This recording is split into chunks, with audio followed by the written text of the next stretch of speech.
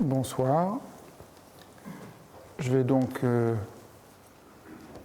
faire la présentation suivante dans le cycle que nous avons, le 8e enseignement. Pourquoi le corps donne-t-il rythme, la danse et la musique? Le travail de cette année, chaque année, pour ceux qui viennent pour la première fois, peut-être il faut que j'explique. Chaque année, après avoir présenté la méditation, j'aborde un thème. Il y avait la question comment la méditation, ce que la méditation transforme sur le long cours dans nos vies. Et pour essayer d'éclairer comment la méditation nous transforme, je prends des thèmes. Chaque année un peu différents. Et le thème de cette année, c'est reprendre corps. Avec l'idée qu'au fond, peut-être qu'une des grandes souffrances que nous avons, c'est que nous sommes loin de notre corps, donc loin de ce que nous sentons, loin de notre rapport aux choses et au monde, que les choses sont un peu trop abstraites. Et que la méditation, peut-être, c'est un moyen très profond de retrouver corps. Et c'est paradoxal parce que dans la méditation, à première vue, on ne bouge pas, on ne fait rien, on n'a pas particulièrement l'impression qu'on entre en rapport à son corps. Je crois que si on posait la question comme ça, les gens auraient plus l'impression que s'ils font du sport, ils sont en rapport à leur corps, que s'ils s'assoient, ils ne font rien. Et pourtant, c'est faux. La méditation, c'est d'abord une manière de retrouver la présence de son corps. On peut faire du sport et retrouver la présence de son corps, mais on peut faire du sport et juste instrumentaliser son corps et ne pas être plus présent. Et on voit du reste beaucoup de gens qui font du sport intensément, instrumentalisent leur corps et ne touchent pas cette présence. Le corps, c'est d'abord une modalité de présence. Alors, je vais essayer de reprendre, pour ceux qui ont suivi déjà les 8 précédents épisodes de cette série plein de suspense, le même exemple. Et je trouve que c'est bien de prendre le même exemple parce que je trouve qu'il est... Lorsque je nage, on voit très bien que le rapport au corps implique d'être présent à soi, à l'eau, à la mer, que c'est vraiment une certaine modalité de joie de nager. Et que ça n'a rien à voir avec quelque chose de technique, d'instrumental. C'est vraiment très très immédiat. Là, c'est cette simplicité-là que je cherche à retrouver, et c'est très difficile, parce que nous n'avons pas vraiment de langage pour parler de cette expérience toute simple. Dès qu'on parle de cette expérience toute simple, je nage dans la mer, on n'arrive plus trop à le dire. Et la manière dont je vais essayer de le dire aujourd'hui, c'est en essayant d'évoquer la question du rythme. Pourquoi le corps donne le rythme, la danse et la musique? Et la danse et la musique, évidemment, c'est une évocation de ces 2 peintures de Matisse qui se trouvent au musée de l'Ermitage et qui sont peut-être 2 de ses plus grands chefs-d'œuvre, 2 des plus grands chefs-d'œuvre de l'histoire de la peinture en Occident. Rien que ça.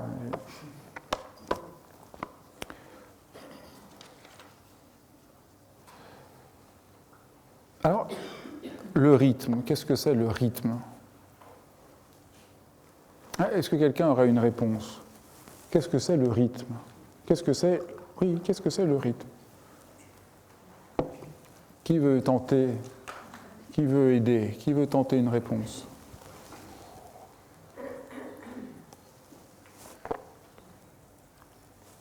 Je vous fais une question difficile. Ah, très bien. Est-ce que c'est une fréquence? Eh bien non. C'est une très bonne réponse. Mais une fréquence? Ah, c'est bien, je me suis mis dans une... Comment on peut expliquer pourquoi une fréquence? Est-ce que vous pouvez dire 2 mots sur ce que c'est une fréquence? Je vais vous donner le micro, parce que sinon après tout le monde est Je me trouve un petit peu coincée parce que j'aurais envie de dire que c'est un rythme. C'est à quel rythme ça va, la fréquence? Ah. Mais le rythme, c'est un mouvement qui trouve son propre rythme, justement. Alors que la fréquence, il y a une fréquence, c'est telle chose, puis voilà, il y a une fréquence comme ci, il y a une fréquence comme ça. Or, le rythme, c'est au fond plutôt la pulsation de la vie. Donc, je pense que c'est ça la différence.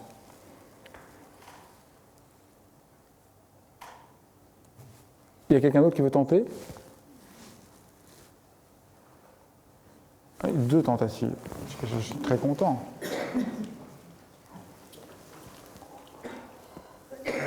Bonjour, c'est une mesure? Ah non. Ah non. Ah non. Parce que la mesure, je mesure quelque chose. Le rythme, je ne mesure rien. Le rythme, je m'accorde à quelque chose. Par exemple, quel est le rythme avec lequel je dois parler?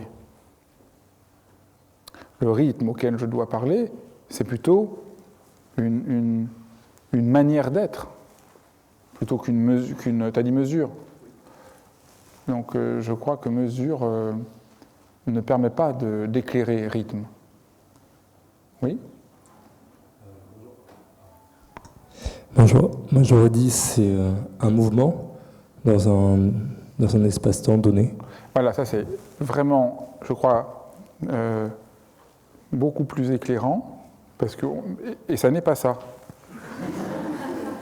Mais c'est beaucoup plus éclairant de voir pourquoi ça n'est pas ça, parce que c'est beaucoup plus évident. Fréquence, mesure, on est vraiment dans ce qu'on peut au fond compter, et le rythme, c'est ce qui ne se compte pas. Le rythme, c'est une certaine mélodie. Mais tu as dit un certain mouvement, c'est ça que tu as dit. Mais le propre du rythme, c'est que c'est jamais le même. Si je fais, c'est pas un rythme.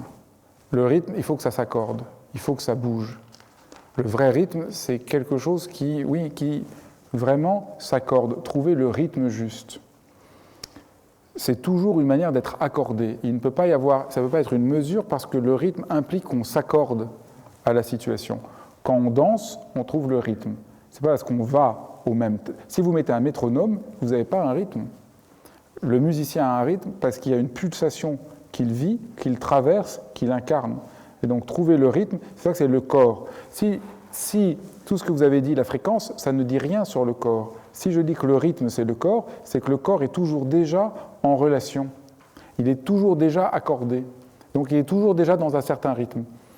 Il pleut, mon corps s'accorde à la pluie, donc mon corps est en certain rapport de rythme par rapport à la pluie. Le corps est toujours disposé d'avance à la situation où il est. Vous êtes dans une pièce, quelqu'un rentre. Votre corps, vous voyez, je dis ça chaque semaine. Quand je dis mon corps, ce n'est pas mon corps, c'est mon être. Chaque fois que je parle du corps, en fait, je parle de mon être. Mais sans doute que mon être s'ouvre à partir du moment où je prends en compte comment mon être est toujours déjà corps, corporel. Donc quand quelqu'un rentre dans une pièce, vous voyez, je vous avais tout de suite dit, c'est tout bête, le corps, mais dès qu'on commence à parler, c'est vachement compliqué. Alors que je parle juste de qu'est-ce qui se passe quand on rentre dans une pièce. Et c'est une défense que tout le monde fait. Vous êtes là, quelqu'un rentre, très nerveux, votre corps se crispe légèrement. Vous avez même rien n'est dit, vous ne connaissez même pas la personne, votre corps s'est déjà ajusté et s'est mis dans un certain rythme. Et j'appelle ça rythme parce que c'est une certaine modalité, certain rythme parce que c'est pas statique. Le rythme, c'est la vie, et ça s'oppose à ce qui est complètement statique, ou aussi complètement mécanique. C'est ça qui n'est pas... Les trois tentatives qui ont été faites pour définir le rythme avaient chacune leur justesse, mais ne distinguaient pas assez le rythme du côté un peu mécanique. Encore une fois, le métronome n'a pas de rythme. Alors c'est un tout petit peu peut-être... mais je crois que c'est central. Le corps, notre être, s'accorde au ciel. En ce moment, il fait nuit très tôt, et il fait nuit, et il fait jour très tard. notre corps s'accorde à ça. Notre corps trouve un certain rythme parce que nous sommes au cœur de l'hiver. Là, je pense que on comprend ça quand je dis, ça ne semble pas étrange de dire notre corps trouve un certain rythme par rapport à l'hiver. Mais le corps trouve un certain rythme par rapport à notre propre fatigue. Avant même que nous nous en rendions compte, notre corps s'est ajusté à notre propre fatigue et nous dit que nous sommes fatigués. Donc on peut dire qu'est-ce que le corps ? Le corps, c'est une manière de s'accorder. Voilà, qu'est-ce que le corps ? Ce n'est pas un ensemble de mécanismes, c'est une modalité de présence qui est toujours déjà en train de s'accorder.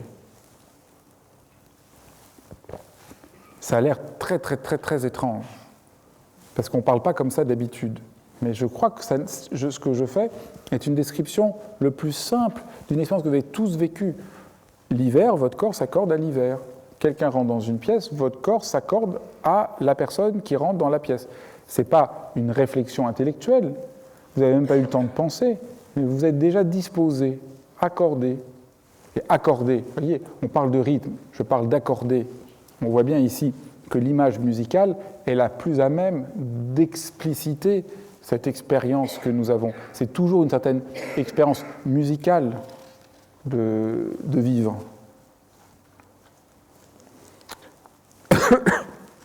Nous croyons, nous vivons que le bonheur de nager, nous voyons que notre corps s'ajuste à l'hiver, mais dès que nous parlons du corps comme un ensemble statique de fonctions.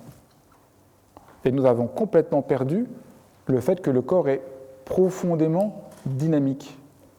Parler du rythme de notre corps qui s'accorde, c'est parler du fait que notre corps est d'emblée toujours en train de se moduler à la situation. Tout le temps. Notre corps est tout le temps en mouvement. Mais nous figeons les choses. Et donc, en réalité, nous sommes tous beaucoup trop intellectuels parce que nous figeons les choses. Vous voyez, c'est tout à fait, encore une fois, j'ai bien conscience, mais complètement paradoxal.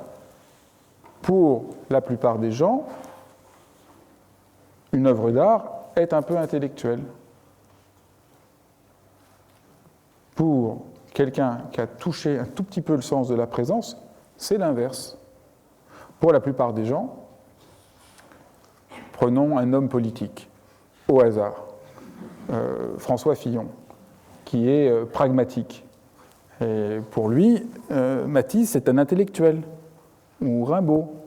Eh bien, moi je crois que Fillon est un intellectuel et que Matisse et Rimbaud sont très concrets. Pas très concrets parce qu'ils sont en rapport à cette présence vivante du corps. Mais pour les gens, c'est sans doute impossible à comprendre. Sauf vous, bien sûr, mais c'est tragique. C'est tragique que cette chose toute simple, ne se comprend pas. Et pourquoi c'est tragique ? Parce que ça veut dire qu'on est privé d'une dimension profonde de notre humanité. Le fait d'être intellectuel, dans le sens très singulier que je définis, qui est l'antipode de la manière dont les gens le définissent habituellement, ça veut dire vivre comme en 2 dimensions. Là, vous pouvez vivre en 4 dimensions. Il y a 4 dimensions, c'est ça ? Moi, je ne sais jamais rien, mais... C'est ça, il y a 4 dimensions ? 3 dimensions ? Ah ben voilà, ça c'est très bien, merci madame. Donc, les gens qui vivent le rapport habituel, on vit en 2 dimensions, et grâce à la pratique de la méditation, on retrouve son corps, on vit en 3 dimensions. Qu'est-ce que vous préférez ?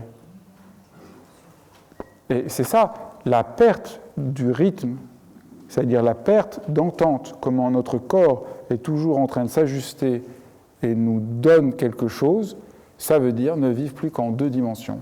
Ou si on prend une autre image, c'est vivre qu'en noir et blanc, en ayant perdu tout rapport à la couleur. Et En fait, par mon corps, je suis d'emblée en rapport à une situation.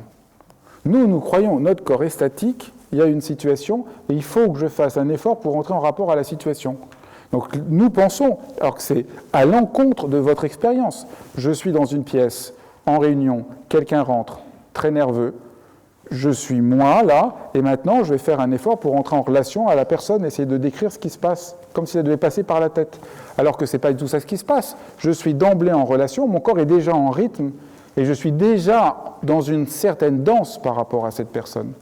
Danse harmonieuse, disharmonieuse, mais c'est pas. Donc vous voyez, c'est absolument stupéfiant comment nous pensons à l'encontre de notre expérience. Nous vivons bien complètement amputés d'une part décisive de notre existence. Et qu'est-ce que la méditation? C'est nous rendre enfin cette part qui fait que nous vivons mais vraiment mutilés. Nous vivons mutilés. Je n'ai pas été assez clair sur un point.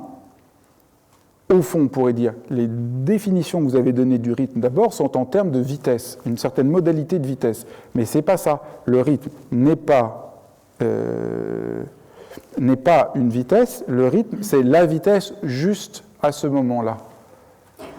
Qu'est-ce que le rythme? C'est la vitesse une fois que je m'accorde. Et donc la vitesse une fois que je m'accorde, ça ne se mesure pas. Par exemple, je peux être lent et brutal. Je n'ai pas le bon rythme.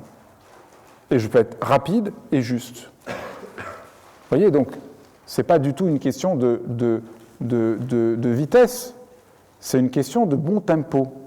Le bon tempo n'est pas une question de vitesse. Ça, les musiciens, évidemment, ils parlent de ça. Un musicien sait que ce n'est pas le temps qui joue le morceau qui compte, c'est comment c'est plein.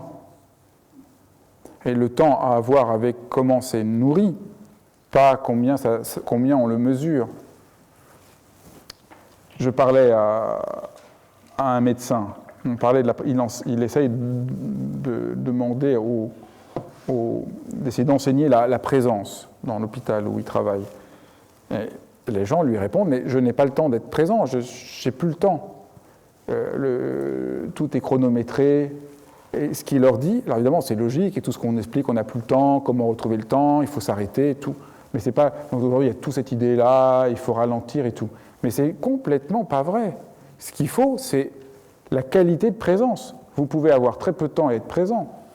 Et ce qui est très intéressant, les gens qui travaillent là-dessus montrent que vous. Quelqu'un me racontait ça, qu'elle fait cet exercice pour montrer ça aux gens. On joue une scène à 2 personnes. Vous devez dire votre enfant, non, vous êtes soignant et quelqu'un est malade.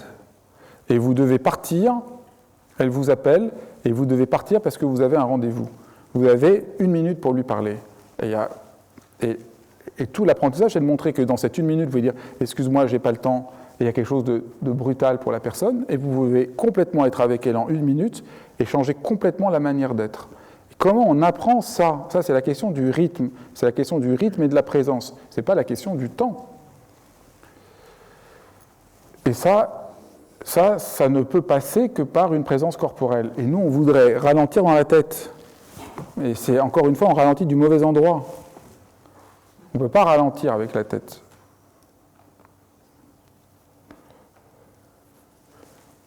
Vous voyez, tout le monde comprend. Tout le monde vit ça.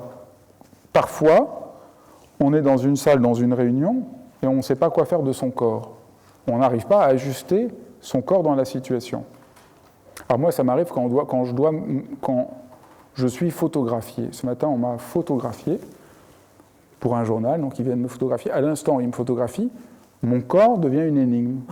Il ne m'est plus du tout propre.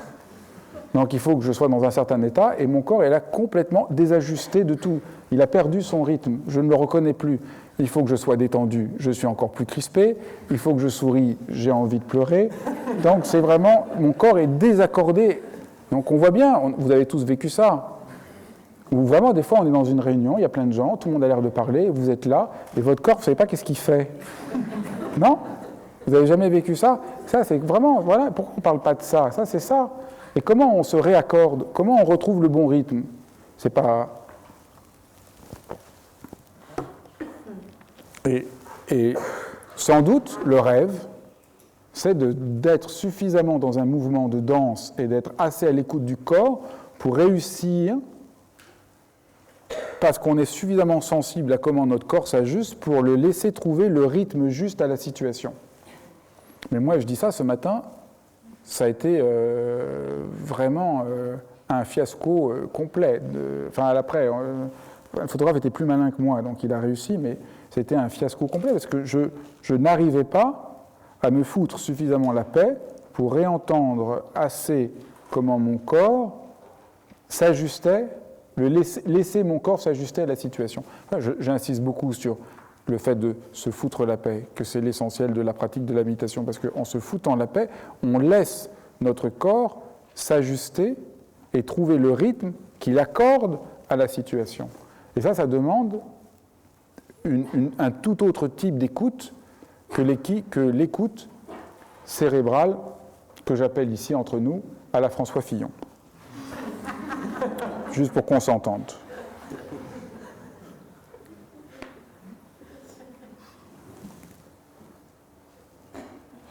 Oui, mais c'est fascinant, parce que reprenons, je suis dans une soirée, c'est tout dans les réunions, c'est pas si grave, on est dans une soirée, mon corps, là, il est très pesant, il n'est pas accordé.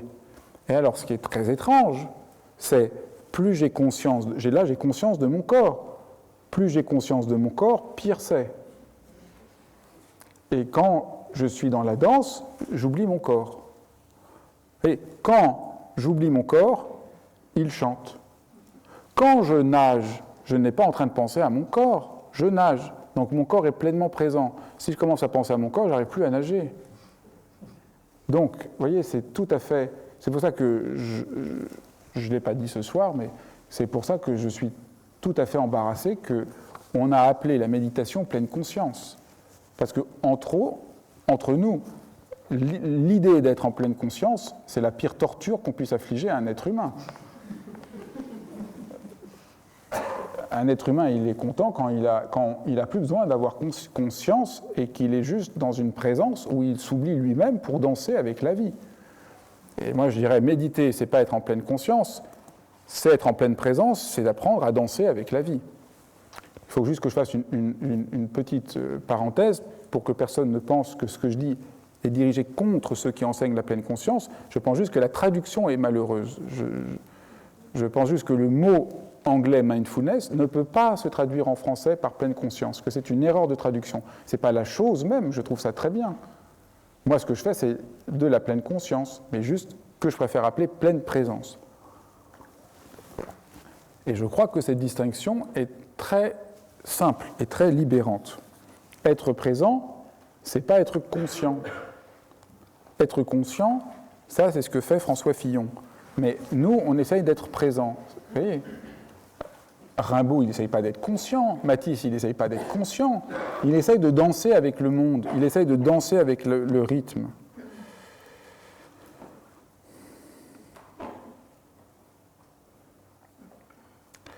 Voilà ce que je peux essayer de dire sur le rythme. Et maintenant, je vais essayer d'éclairer ça en disant 2-3 mots sur ces deux tableaux, qui sont des tableaux, comme j'ai dit, extraordinaires de 1909-1910.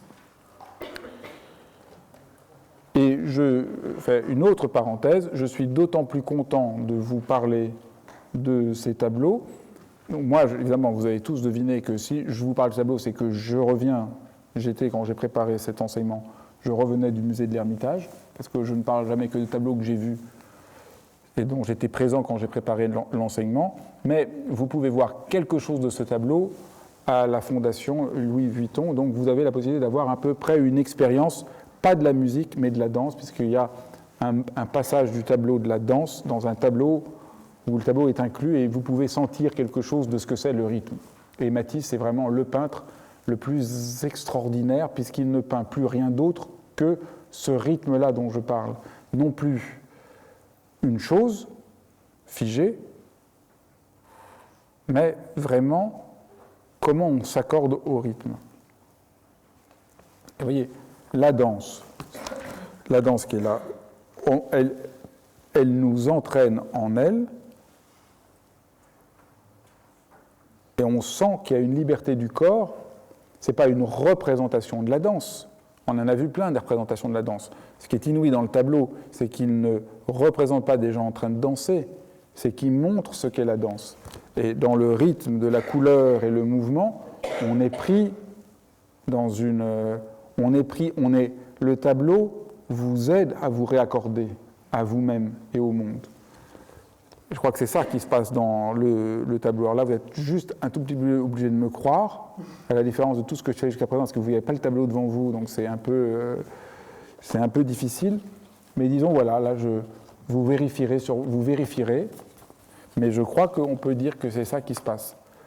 Le tableau est d'autant plus intéressant qu'il ne nous représente pas une image du mouvement, il nous met en mouvement. Et je crois que c'est ça qui est... Et il nous montre. Je crois que là, on voit que le corps n'est pas de l'ordre d'une machine, n'est pas de l'ordre d'un mouvement mécanique. Pour nous, la danse est tout de suite aussi un truc technique, une sorte de virtuosité. Là, on comprend que la danse n'a rien à voir avec ça. Elle est juste se laisser guider par un rythme juste, se laisser guider par quelque chose. Et alors, ce mouvement, c'est pas juste le corps qui danse, c'est toute la peinture qui danse, c'est tout le mouvement qui tourne, c'est tout le rapport des trois couleurs qui tourne. Et tout se met en mouvement tout se met en mouvement de telle manière que vous êtes réaccordé au mouvement juste, qui n'est plus juste un mouvement mécanique, mais qui est un rythme. Et le tableau de la musique est encore plus abyssal parce que tout consonne en rythme de manière encore plus, on pourrait dire, il y a encore plus de confiance que c'est la présence seule qui est rythme. Il pourrait y avoir un léger malentendu sur la danse. On pourrait croire que c'est le mouvement qui donne le rythme, mais c'est la présence qui donne le rythme. Alors, de ce point de vue-là, le tableau de la musique est le tableau peut-être le plus abyssal qu'ait peint Matisse. C'est complètement secouant parce qu'ils sont entièrement posés et ils sont comme des notes de musique qui chantent. Vous les sentez absolument en rapport. Vous n'avez pas l'impression de figures isolées sur un fond, et pourtant il y a bien des figures sur un espace, et pourtant il y a une pulsation dans le tableau qui est la pulsation de la vie. Mais dans la vie, vous pouvez avoir trois personnes assises dans une même pièce qui ne se touchent pas et qui sont pourtant complètement accordées l'un à l'autre. Oui, ça arrive. C'est pas parce qu'on se touche qu'on est forcément accordé. On peut danser et être dans un truc un peu mécanique en pensant à autre chose, et on peut être dans une pièce avec un ami, par exemple avec un enfant. Moi, quand je vais voir mon filleul, il est assis, je suis là, on est dans la même pièce, il peut jouer, je suis complètement accordé à lui. D'une manière, d'une manière qu'on a dans notre langage comme ça, on dirait, on est accordé de manière presque magique. C'est ça que montre ce tableau. Et c'est ça qu'on n'a jamais réussi à montrer avant Matisse. Parce qu'avant Matisse, on peint l'enfant, l'adulte, et puis voilà. Mais c'est au fond, quand je suis avec mon filleul, c'est pas mon corps, il n'est pas là, comme quand je suis dans la soirée et que je ne sais pas quoi faire. Mon corps, il est accordé à la pièce tout entière. Il est accordé à l'enfant. Et l'enfant, il est d'autant plus en sécurité qu'il sait qu'il n'est pas seul dans la pièce. Ça, c'est quand même quelque chose d'absolument tangible. Et l'enfant sent qu'il a confiance dans son corps parce que votre corps est là, et il ne vous voit pas. Alors comment c'est le corps? Ben, vous voyez, c'est ça, c'est toute une modalité de rythme qui nous accorde. Et ce qui est inouï, c'est que l'accord nous précède et nous tient. Ce n'est pas nous qui le décidons. On peut juste s'ouvrir au rythme qui nous accorde aux choses. Voilà ce que je peux essayer de vous dire. Je peux juste vous lire un tout petit texte de Matisse avant de vous donner la parole. Parlant de la danse, mon premier et principal élément de construction était le rythme. Une grande surface d'un bleu soutenu, allusion à la mer Méditerranée. Le troisième, un tertre vert, le vert des pins méditerranéens. Ah oui, il me manque. Ah oui, c'est ça. Il me manque quelque chose. Le premier et principal élément de construction était le rythme. Ah oui, excusez-moi. Il y a 3 éléments de construction du tableau. Mon premier de construction était le rythme. Le deuxième, une grande surface d'un bleu soutenu, allusion au ciel de Méditerranée. Le troisième, un tertre vert, le vert des pins méditerranéens. Avec ces données, mes personnages nus ne pouvaient être que vermillons pour obtenir un accord lumineux. Vous voyez comment ils pensent uniquement en termes de rythme à partir de cette entente du corps que j'espère vous avoir fait juste peut-être entrevoir. Si vous avez des questions, sentez-vous vraiment bienvenus.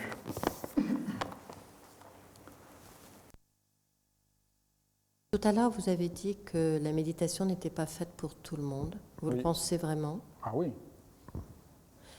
Parce que vous dites aussi que la méditation est un moyen d'être plus humain, plus oui, mais il y en a d'autres manières d'être plus humain. Oui. Oui, mais enfin là... Moi, c'est le moyen que je connais, mais il y a plein d'autres moyens d'être plus humain. C'est très important. C'est très important de penser de la limite. On ne peut pas, à partir de son expérience, penser que tout être humain doit vivre la même chose que vous. Et beaucoup de gens sont complètement... Je pense que, vraiment, là, ce que je dis, je le pense vraiment, je pense que les gens tombent très vite, à propos d'une expérience qui leur plaît, dans le fanatisme. Ils considèrent que leur expérience est la mesure des expériences des autres. Mais je trouve ça, moi, incroyablement fanatique. Et moi, j'essaye de ne pas l'être. Et je crois très, très sincèrement qu'il y a des gens, et ce n'est pas du tout par là qu'ils vont... C'est pas ça leur chemin. Et moi, évidemment, je comprends, on est un peu étonné, puisque nous, ça nous semble tellement bien. Mais je crois que ça, c'est... Être humain, c'est accepter que des êtres humains ont des expériences tout à fait différentes et passent par d'autres voies. Bonsoir.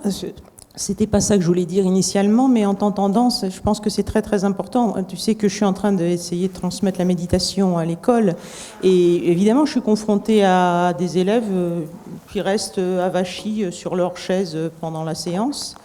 Et au début, ça m'énervait un peu, puis je me suis dit, ben voilà, c'est comme ça, c'est leur résistance, c'est leur expérience, et je ne force pas. Je pense que l'élément de liberté est absolument décisif pour que, éventuellement, quelques-uns fassent vraiment l'expérience. Oui. Parce que ça ne peut venir que d'eux, ça ne peut pas être quelque chose...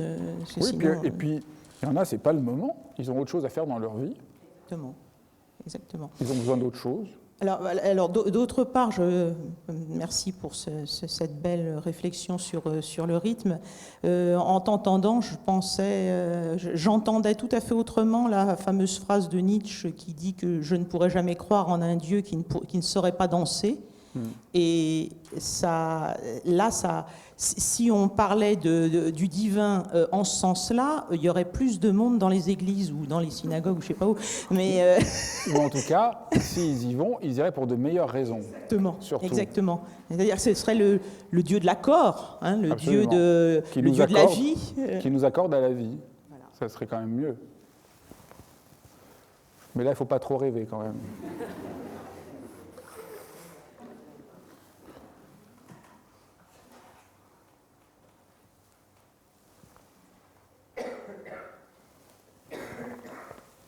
Là, je suis sûr qu'il y a plein de gens qui ont plein de questions. Surtout, n'hésitez pas si vous n'avez rien compris.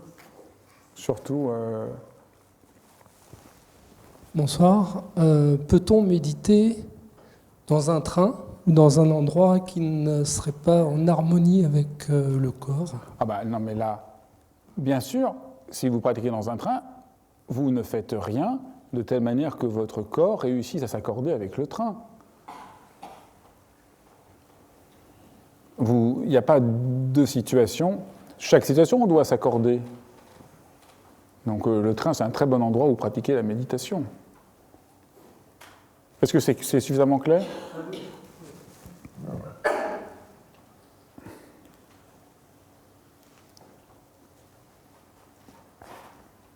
Est-ce qu'il n'y a pas d'autres questions ?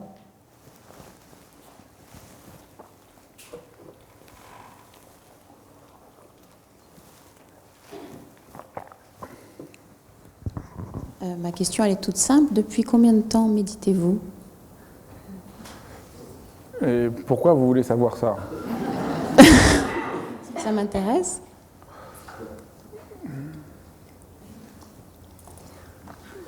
Non, il faut que vous arriviez à m'expliquer pourquoi il faudrait que je vous réponde. Parce que là, vraiment, je n'ai pas à vous donner une information. En quoi ça va, je veux bien vous répondre si je vois en quoi ça peut faire sens pour vous. Mais sinon, si je vous dis 5 ans, 10 ans, 20 ans, qu'est-ce que ça change? C'est juste. Ça, au fond, ça va même vous empêcher quelque chose. Donc c'est mieux que je vous... C'est pas que je veux être cachotier, mais donner une information, c'est ce qu'il faut toujours éviter dans la vie. Il faut essayer de parler pour de bon à quelqu'un. Et là, je vois pas comment je peux vous parler pour de bon, essayer de répondre à quelque chose de vrai qui vous interroge. Mais si vous avez quelque chose qui vous interroge, je serais ravi de vous répondre. Alors, ma question suivante, ça serait, est-ce que vous progressez toujours? Je dois dire honnêtement, je m'en fous. C'est vraiment, je m'en fous complètement. Et ce qui me plaît quand je pratique, c'est que ça me rend joyeux, ça réenchante quelque chose. Mais j'essaie plus de mesurer, parce que sinon, ce serait une torture. Est-ce que j'ai progressé encore aujourd'hui? Ah non. Ça serait une nouvelle. La méditation serait pour moi alors une torture. Et je le fais parce que je retrouve quelque chose de la vie quand je le fais. Et j'ai tous les jours besoin de retrouver la vie. Parce que je me fais prendre. Par les obligations, par les choses à faire. Mais aussi, ma réponse est moyenne, parce que je pourrais aussi dire, je le fais parce que c'est juste prendre rendez-vous avec la vie. On est vivant dans la vie tout le temps, mais à un moment, je prends un rendez-vous avec la vie. Et je trouve ça, ça change tout, de prendre rendez-vous avec la vie. Merci. Mais il y a une troisième réponse qu'il faut que je fasse. Je ne sais pas si je progresse, c'est pas ça qui m'importe. Mais par contre, ma compréhension de la méditation progresse beaucoup. Je travaille beaucoup, pas seulement dans la pratique, mais aussi à étudier, à lire ce qu'écrivent les autres sur la pratique. Et je trouve qu'on fait de grands progrès dans la transmission de la méditation. Je trouve qu'on est tous, ceux qui enseignent la méditation, enfin pas tous, mais disons, ceux qui enseignent la méditation, enfin, un grand nombre de gens qui enseignent la méditation aujourd'hui sont bien meilleurs qu'il y a 10 ans. Je trouve qu'on fait des grands progrès. Je trouve que je suis bien meilleur qu'il y a 10 ans dans la manière dont je transmets la pratique de la méditation. Parce que tout le monde fait des progrès, parce que on a et puis plus les années passent, plus on a compris, on voit mieux les problèmes que nous avons dans notre temps, comment la méditation peut répondre à ces problèmes. On arrive à trouver un langage qui soit plus juste, qui soit plus en rapport à l'expérience, qui soit moins des notions collées d'autres cultures.